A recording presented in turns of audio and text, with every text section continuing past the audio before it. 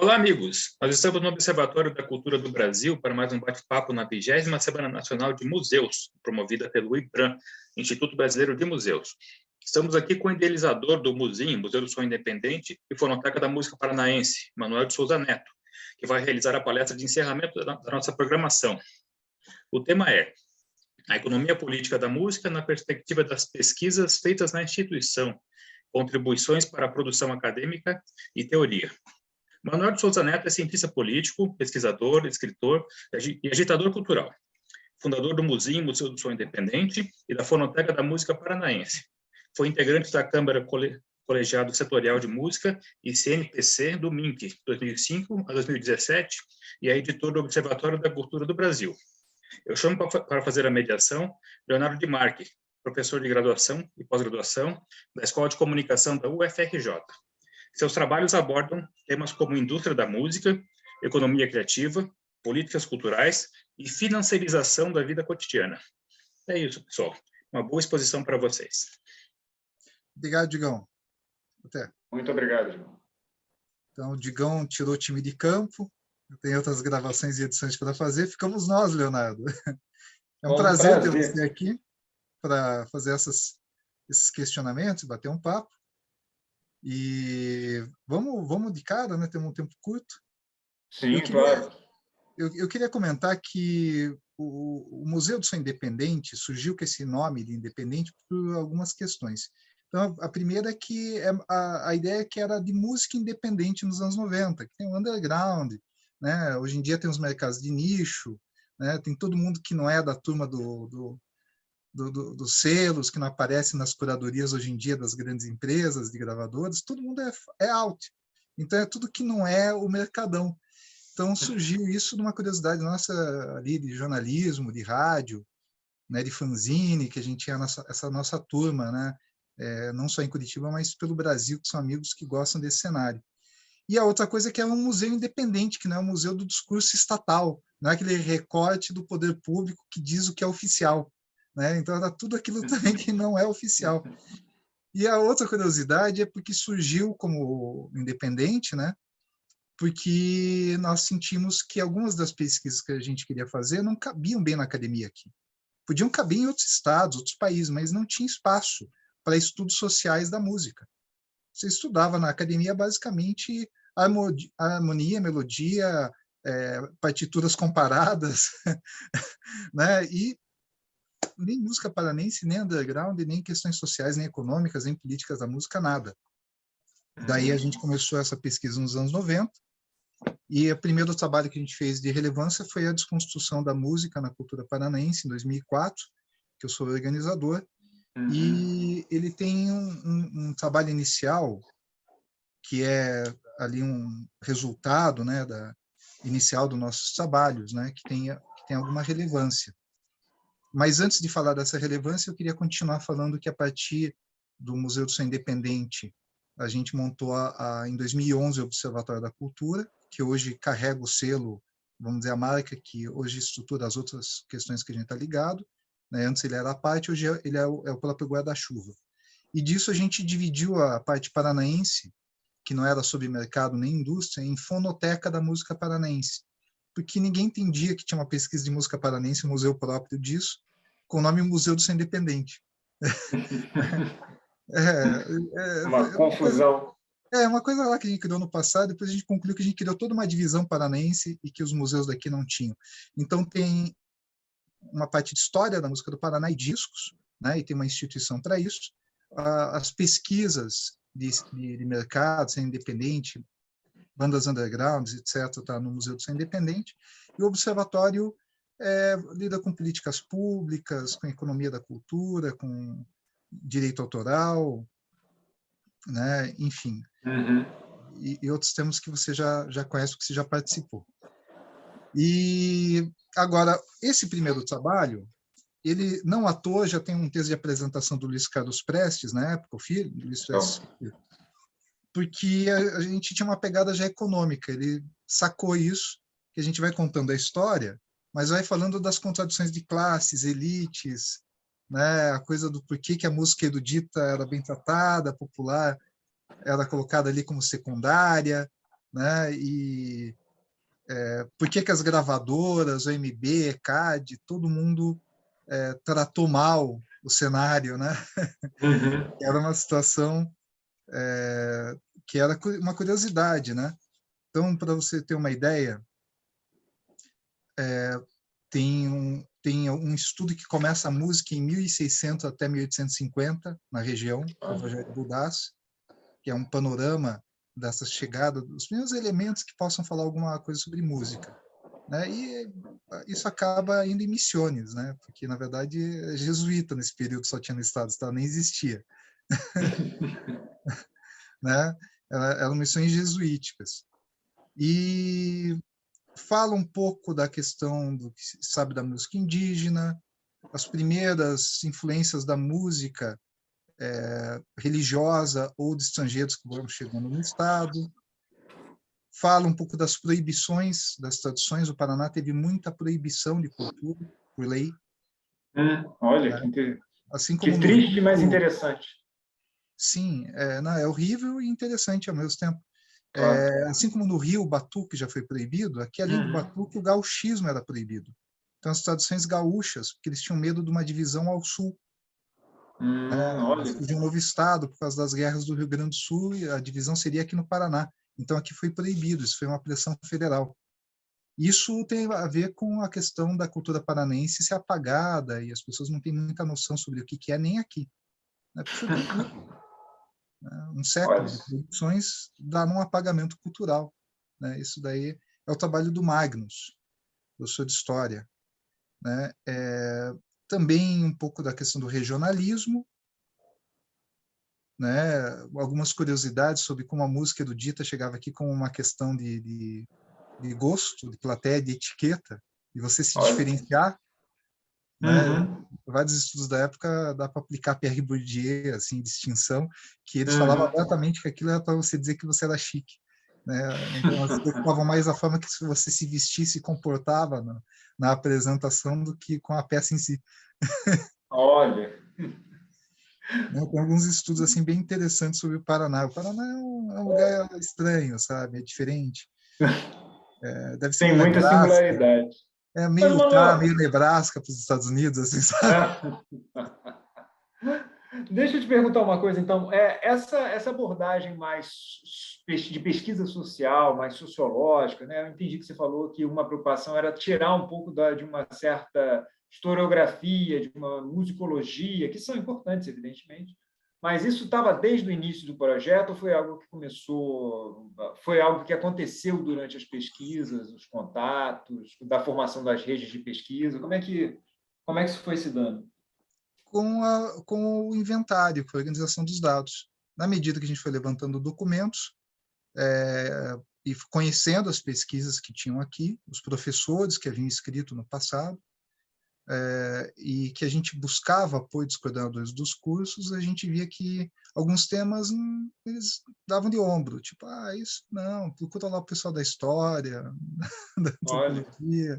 Tal. Depois até tem hoje, o professor Edwin tem um grupo de etnomusicologia dentro da Universidade Federal no curso de música que tem diálogo. Né? Hoje em dia, por exemplo, eles têm, mas e também parece que tem aquele grupo que você apresentou para mim, né, de música e sociedade, né?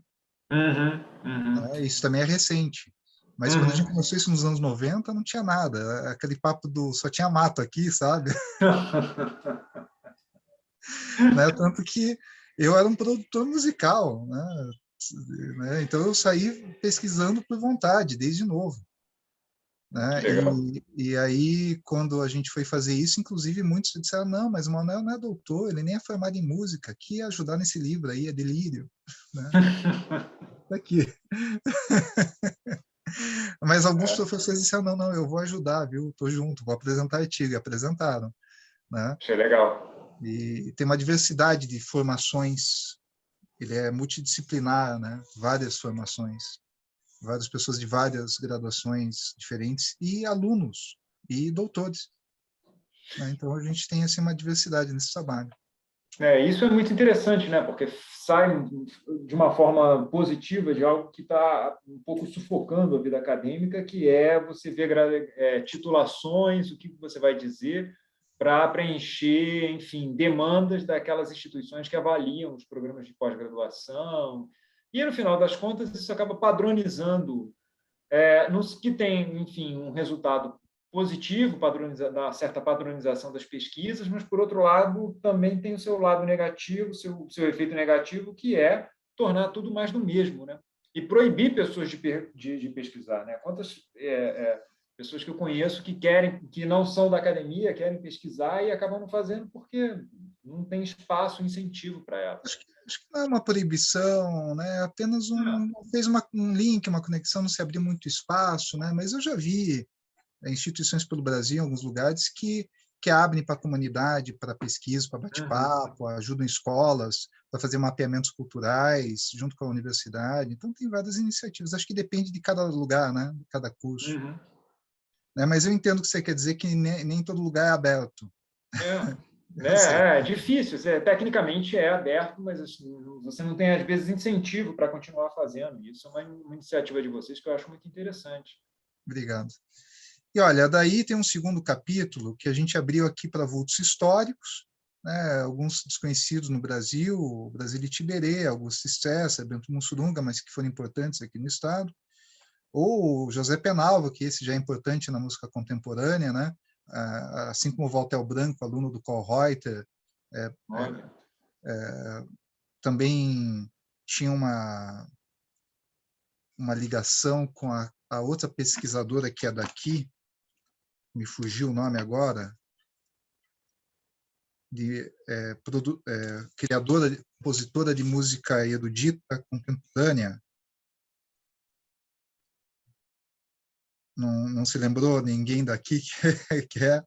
Eu já te respondo o nome dela, porque é feio esquecer dela, puxa. A Joci de Oliveira. A Joci é daqui também. Então, eles são todos alunos do Carl Reuter, né, e do Stravinsky. Né? Então, teve algumas pessoas aqui que foram importantes para a música, né? O mestre Nami Custódio Pinto, o grande folclorista, que levantou a história do fandango, as danças, as marcas, né? E que é uma arte aqui de Paranaguá. Ela foi para o mundo, foi para a Europa, voltou modificada, mas criou parte do gauchismo, mas ela é uma criação de Paranaguá. Né? Na verdade, a única coisa que é paranaense legítima é o fandango. Né? Isso é uma coisa que pouca gente sabe. Né? Além do mito da cidade modelo, ligeirinho, né? Os tubos de ônibus. Isso é mais contemporâneo. Enfim, e o Lápis, a banda Blindagem, alguns artistas, assim, a chegada. E daí tem uma parte inteira de chegada do blues, chegada do funk, chegada do hip hop, da dance music, do rock, do jazz. A gente vai falando os primeiros de cada segmento. Então, tem uma parte interessante que é referenciar, né, grupos e pessoas que foram precursores no underground. Né? Quem que fez a primeira banda punk? Né? Essas coisas. Aliás, a primeira banda punk daqui disputa com Olho Seco, o primeiro posto de primeira banda punk do Brasil, que é o Carne Podre. Fica uma discussão quem que é a primeira. Né? Porque na data é a daqui. Né? Mas, enfim. E aí tem uma parte de preservação da memória, tem um capítulo de educação musical, discutindo essa questão da educação musical. E o último capítulo, ele dá uma inovada. Porque a gente fez um artigo sobre um seminário que a gente promoveu em 2002, que foi o desencadeou a maior parte das questões que a gente faz hoje, que se chama Os Charlatões. A gente fez 10 dias de debates no SESC, com temas bem polêmicos, assim, sobre a indústria da música, ECAD, MB, a questão da imprensa, né, da crítica musical que ainda existia. Naquela época. Ainda existia, né? E aí tem artigos sobre aspectos básicos sobre legislação de ruídos urbanos em Curitiba, que a gente sentia que era excessiva. Um dos problemas da música local seria o excesso de leis, incompatível com o resto do Brasil, do André Wlodarczyk, esqueço a pronúncia do André. Também aspectos jurídicos da cultura brasileira, essa questão das leis de incentivo. Tinha um papel das entidades culturais no plano terreno, porque são entidades, né? Então, esses encostos, né, da nosso segmento, né? Como Por que se livrar da Ordem dos Músicos é um dos artigos. E tinha um artigo sobre o ECAD, um sobre a dança das cadeiras da cultura pop, uma análise dessa questão do jabá, do sucesso, né, do controle da mídia, né, das vendas, enfim. Sobre a questão de reservas de mercado e competitividade nacional e internacional, essa questão de pressão ligada a TRIPS, GATT, OCDE, esses tratados que o Brasil fez horríveis, enfim, que o Brasil teria uma dificuldade para lidar com certas questões com a nossa música. Também um estudo sobre êxodo, a questão de que muitos artistas daqui estavam indo embora porque não valia a pena trabalhar aqui, né? E ainda Aqui você diz em Paraná, desculpa, no Paraná, ou no Brasil? não, no Paraná na época. Ele é mais regional. E também tinha já um estudo sobre a questão das migrações dos fanzines para a mídia digital. Né? Então, isso para a época do escrito está interessante. Além de um estudo da Lena, bem interessante sobre o hip hop, a questão da invisibilidade do negro, aqui, né? E também de como da Dani Gramani, um estudo sobre a rabeca, a questão dos mestres que estavam percebendo que estava ficando sem aluno, né? Olha. A tradição morrendo. Então ele tinha alguns aspectos sociológicos, econômicos e políticos, né, já nesse livro, e a partir dali foi que a gente acelerou, né? Então, e esse livro é bem citado na academia. Na verdade, é o nosso trabalho mais citado, sempre sai alguém referenciando ele em bibliografia, porque é um panorama, né? Um livro panorâmico, dá várias aberturas, né? Possibilidades de estudos. E aí, a partir disso, a gente começou a fazer uma série de novos estudos, né? Eu anotei aqui algumas questões, Leonardo. Estou aqui olhando para a tela de cima, que fica mais fácil, eu abro uma segunda tela aqui. À vontade. E eu fiz umas anotações aqui. Uma delas é justamente essa. A partir desse material, a gente começou a fazer novos levantamentos. Então, um dos levantamentos foi esse daqui. Ele está inédito, né? Catálogo de fonogramas, né, da música do Paraná. Eu vou abrir aqui só uma página para vocês verem. Esse é um boneco, é um exemplo de como o livro a gente pretende fazer, né? Então, ele é um catálogo, é uma catalogação da música do Estado, e ele já vem não só a BNT, mas também a questão do direito autoral, né, da autoria, e tem os metadados para pesquisas socioeconômicas. Então, a gente incluiu seções como equipe de produção, equipe técnica, sei lá, se tem seleção musical, estúdio, até o design gráfico. Tem várias questões assim, né? Onde foi produzido, onde foi fabricado, porque esses catálogos que a gente tem na área não nos fornecem esse tipo de dado, então a gente percebeu, então, no que a gente está construindo, a gente está... Só que ele está atrasado, está há anos a gente levantando o material já triplicou desde que a gente começou. Imagino. A gente vai tentar fazer um edital para finalizar ele de uma vez e colocar online, porque daí você atualiza online, né? Então, isso eu acho que é uma coisa importante, porque nos ajuda nessa questão de localizar, mapear uma cadeia produtiva, né? Você tem que saber o que está sendo lançado. Então, ali tem segmentos, né, variados. Desde quando vocês começaram a pesquisa? Começa em que ano, em que época, o ano especificamente? Bem, uma é quando a gente começa a fazer o mapeamento, e a outra é até onde ele foi, né? O mapeamento é o primeiro, foi o primeiro trabalho que eu iniciei, foi indo buscar demotape de banda em casa. Nossa. Então, isso eu comecei adolescente. Ele tem esse caráter oficial já de mapeamento que a gente está fazendo na imprensa desde 1996. Né? E em 2002, 2003, ali, a gente institucionalizou ele e oficializamos que tem esse catálogo sendo feito. Tal, né?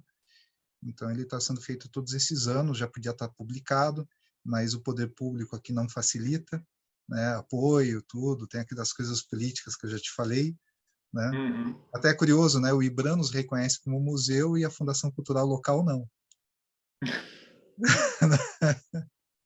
É, não tem muita explicação. Tudo bem, eu falo umas verdades nos artigos que eu faço, né? Mas só pode ser porque eu sou comunista. Não sei.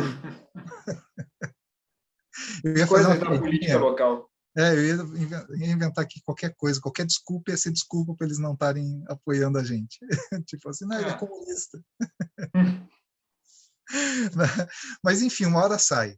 Né? Então, nem todos os trabalhos a gente consegue também que os resultados Uhum. sejam publicados. Então, a Entendi. gente também tem, ainda que muitos artigos tenham sido publicados nesses anos. Eu queria te fazer aqui uma síntese de alguns trabalhos que a gente tem feito, Claro, por favor. de grandes trabalhos.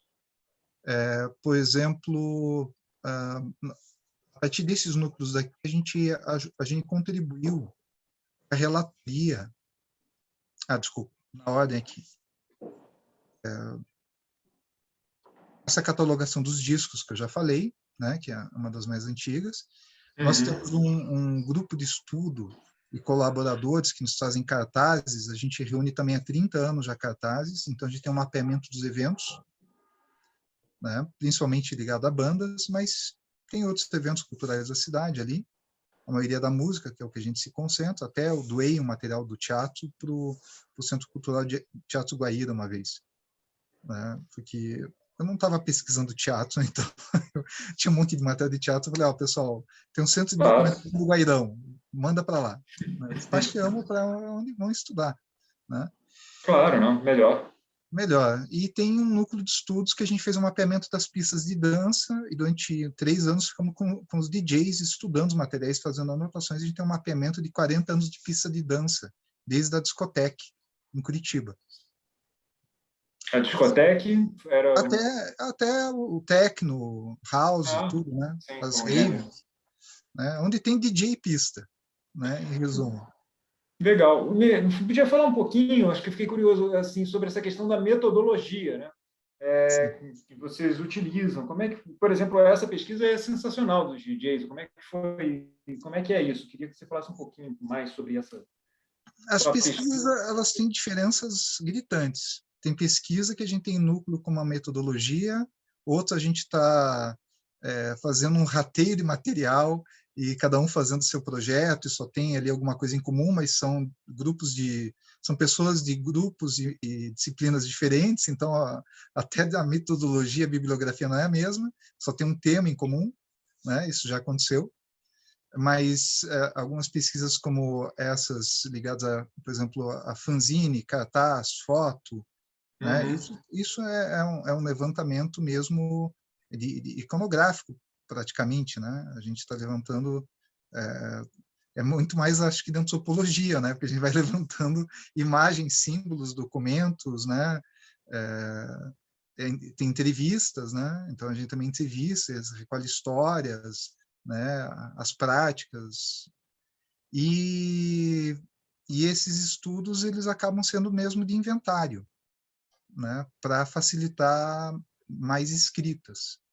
E outros, como de economia política da música, não, né? Ou de história também não, porque a gente já tem daí bem mais bibliografia ou grupos discutindo ideias mesmo, né? E publicando artigos com mais frequência. Né? Então, alguns são realmente inventários, né? Mapeamentos, né? Arquivamento, é mais ou menos assim. E no campo dessas imagens, com a internet, a gente começou a fazer uma prática predatória digital. Como assim? Tipo um arrastão, sabe? A gente faz um arrastão de documentos e imagens e vai arquivando, até com medo de perder. É melhor ter qualquer imagem do que não ter nada. Né? Então, apareceu na frente os nossos colegas que estão ajudando, a gente já dá print na hora e vai para um banco de dados a organizar no futuro. Então, a gente está registrando o presente já. A gente passou a registrar o presente depois de algum tempo. Então, além de pesquisar coisas do passado. Falando nisso, eu não comentei os discos. Né? Os discos de Curitiba começam basicamente nos anos 50 e uns poucos artistas daqui lançaram discos em São Paulo e Rio, nos anos 20, 30, 40. Uhum. Né? E tem uma música curiosa gravada por um artista francês. Olha. No final dos anos 50, que é sobre um messier, não sei o quê, que seria uma pessoa que veio para Curitiba e se encantou. Ah, legal, que legal. Não tenho aqui agora de cabeça o nome do compositor, mas outra hora eu apresento isso. E o interior tem coisas curiosíssimas, porque como tem uma imigração forte, né? Uhum. Então tem música japonesa tradicional, com curso, né? E tem também música pop, de algumas épocas, gravada no Paraná em japonês. Tinha um grupo daqui que tinha um artista que fez sucesso no Japão, e nos anos 60 para 70 eu achei um grupo cantando Jovem Guarda em japonês no Paraná. Sensacional. A gente está com pouco tempo, eu vou fazer aqui um resumo, Claro. mas a gente tem feito algumas questões também relacionadas a políticas públicas, por exemplo, relatorias e grupos de trabalho que a gente coordenou do Fundo Setorial de Música Nacional e do de Curitiba, né? Tivemos entre 2017 e 2019 um grupo de estudos dedicado ao Valtel Branco, que a gente teve acesso a bastante documentação original dele. O Francisco Okabe e o Tiago de Souza lançaram 2 trabalhos de mestrado muito interessantes sobre o Valtel Branco. Temos também contribuído com alguns livros e filmes, né, como Na Camada de Gelo, que explora essa sensação de que Curitiba fica encoberta por uma névoa, né, não é vista, né, em termos artísticos, né, porque em termos de propaganda de cidade, a cidade é conhecida, né, mas onde que está a cultura daqui no meio do processo? Também temos feito alguns trabalhos junto com o observatório e junto com algumas entidades ligadas a questões do mundo do trabalho. A pandemia lançamos o relatório, né, para a MB, relacionado a esse problema da segurança do trabalho dos músicos durante a pandemia, né? E eu, mais especificamente, tenho estudado alguns temas. Bem, tem trabalhos bem interessantes, né? Aqui rapidinho, alguns trabalhos que têm saído daqui que eu tenho achado bem interessantes. Por exemplo, 2 pesquisadoras fizeram um trabalho de turismo e música em Curitiba contemporânea, a Silvia e a Tatiane, fizeram um estudo mostrando as possibilidades, que existiam algumas interligações, né? O Jackson fez sobre a Pedra Paulo Leminski, um estudo sobre o potencial de desenvolvimento de um grande espaço de shows aqui da cidade, né? Tem alguns outros estudos que apontam para a importância da cena musical de Curitiba na mídia, né? Ou o potencial de programas de rádio e televisão, né? A Mariana Sioff, por exemplo, fez também um estudo sobre consolidação artística de grupos musicais dentro do cenário musical curitibano, a partir das possibilidades de trabalho, de negócios, né, de cadeia produtiva, e ela fez mestrado na Inglaterra sobre direitos culturais, Brasil e Inglaterra, e a gente foi fonte de referência lá em Liverpool. E o Vitor Schroeder fez um estudo sobre o potencial econômico de desenvolvimento de carreiras a partir da cena de Curitiba, comparando o Chris Anderson, o Lawrence Lessing, com estudos de cadeia produtiva em números de trabalhos de vendas online que a gente fez aqui no museu. Então, ele fez um comparativo do potencial na época para mercado, né? Para o desenvolvimento da música local, né? Outro trabalho que eu acho interessante é do Giovanni, que é uma análise econômica do direito autoral no Brasil, na PUC, aqui do Paraná, que também foi fundamental o acesso dele a documentos aqui. São mais de 200, né? Eu só separei alguns aqui, né? Mas o Rubens fez uma proposta também de mídia, vários de mídia. E a Carole Moser foi um dos primeiros trabalhos que foram bem interessantes, que foi a Economia da Cultura nas Relações Internacionais, a Indústria Fonográfica e Exportação de Música Brasileira. Que legal. Então, a gente tem aberto para aspectos diferentes, Leonardo, que ajudam a fechar alguns pontos para a gente ter, né, alguma compreensão sobre cadeia produtiva, e nem todos são ligados à música local, né? Por exemplo, tem de direito autoral, ali de economia, exportação, que não são ligados à cultura local. Mas é lógico que a gente tem uma maioria de estudos de música local por estarmos aqui. Né? Temos o principal acervo de música local. Mas eu tenho puxado, na medida do que eu posso, mais pessoas para estudos ligados à economia política da música e da cultura. Né? E eu mesmo tenho feito alguns estudos que estão inéditos, que é aquela série que eu te comentei, e que eu estou fazendo alguns apontamentos sobre sociologia, economia política da música, e eu te confesso que quanto mais eu anoto coisas, mais eu estou perdido, e realmente você fazer uma introdução e uma atualização disso, sei lá, vamos pegar aí o que o Max Weber escreveu há 100 e poucos anos atrás, mudou muito, né? E de Adorno, então são coisas assim a refletir, mas eu quero fazer meus apontamentos também. E feito alguns estudos sobre introdução à economia política, né? A questão da música como produto do capitalismo, tem uma introdução disso publicada até no Música e Mercado, principalmente sobre o capital da música, tenho refletido bastante sobre essa questão. Até mandei um artigo com a importância da indústria da música para um congresso de comunicação, e eu acho que a banca do Rashman me gongou por alguma questão documental, mas o artigo eles tinham aceito. Fiquei frustradíssimo. Falei, poxa, eles aceitaram o artigo, mas os documentos me derrubaram. Mas é isso, né? É o que eu te falei, da burocracia. Acontece. E apontamentos sobre direitos autorais, jabá, sobre educação musical, música ao vivo, trabalho da música, proibição das músicas nas ruas pelo Brasil. Isso é um fenômeno que não é só de Curitiba. Existe uma questão de limitação da vida pública. Políticas públicas na música do Brasil, né, que foi o meu trabalho. Aliás, eu nem separei ele está aqui atrás. Está na mão, eu pego. Que é esse trambolinho aqui. Nossa! Que é Política da Música Brasileira, né? Foi minha defesa de ciência política. Qual é o título todo?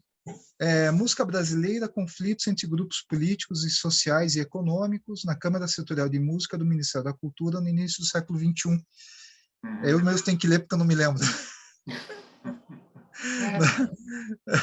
Mas é análise de grupo de interesses, puro, tabelado, decisões, votações por bloco, é bem ciência política, assim. Agendas, aquela coisa toda. Até hoje eu não publiquei porque eu tenho medo, não sei se não me mandam me matar depois que eu publicar isso, sabe? Porque aqui nem se revelar a indústria do cigarro. Aquelas piadinhas, né, da indústria da música que a gente já conversa nos bastidores, né? Tem que explicar para o pessoal que é piada, né?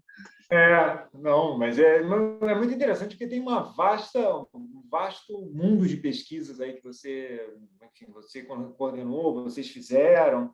Isso é um material muito, muito rico, muito interessante, né? De diversidade de temas e abordagens e também de metodologias, muito interessante para as pessoas se debruçarem, não só do Paraná, como também de todo o Brasil, né? Olha, eu agradeço. A ideia é ser multidisciplinar. Como a gente não se sentia dentro de um grupo, a gente achou mais fácil. A gente queria falar coisas diferentes. E tem outros estudos aqui sobre Conselho Nacional de Cultura, sobre a Câmara Setorial, o MB, ECAD, e a gente está aceitando colaborações, né, querendo, inclusive, participar mais dos estudos sociais e de comunicação, de economia política da música e da cultura, até porque a gente tem muito o que aprender, porque a gente fez tudo muito no esquema punk, do it yourself, né? Então, tem muito a inovar, a aprimorar, mas, em resumo, tem uma produção vasta, e a gente quer cada vez contribuir mais com a produção acadêmica brasileira nesse campo da economia política e política cultural, e estudos da música, né? A gente já está já estamos no minuto final aqui, Leonardo. O tempo passou rápido.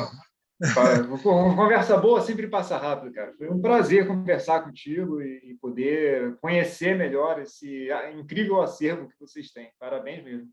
E eu te agradeço. Vamos ver se a gente continua, faz novos debates, apresenta alguns trabalhos e convida alguns desses pesquisadores para apresentar trabalhos.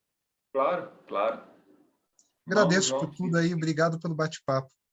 Imagina, um Vamos em prazer. breve aí. É isso. Obrigado. Falou, querido. Falou. Tchau, tchau.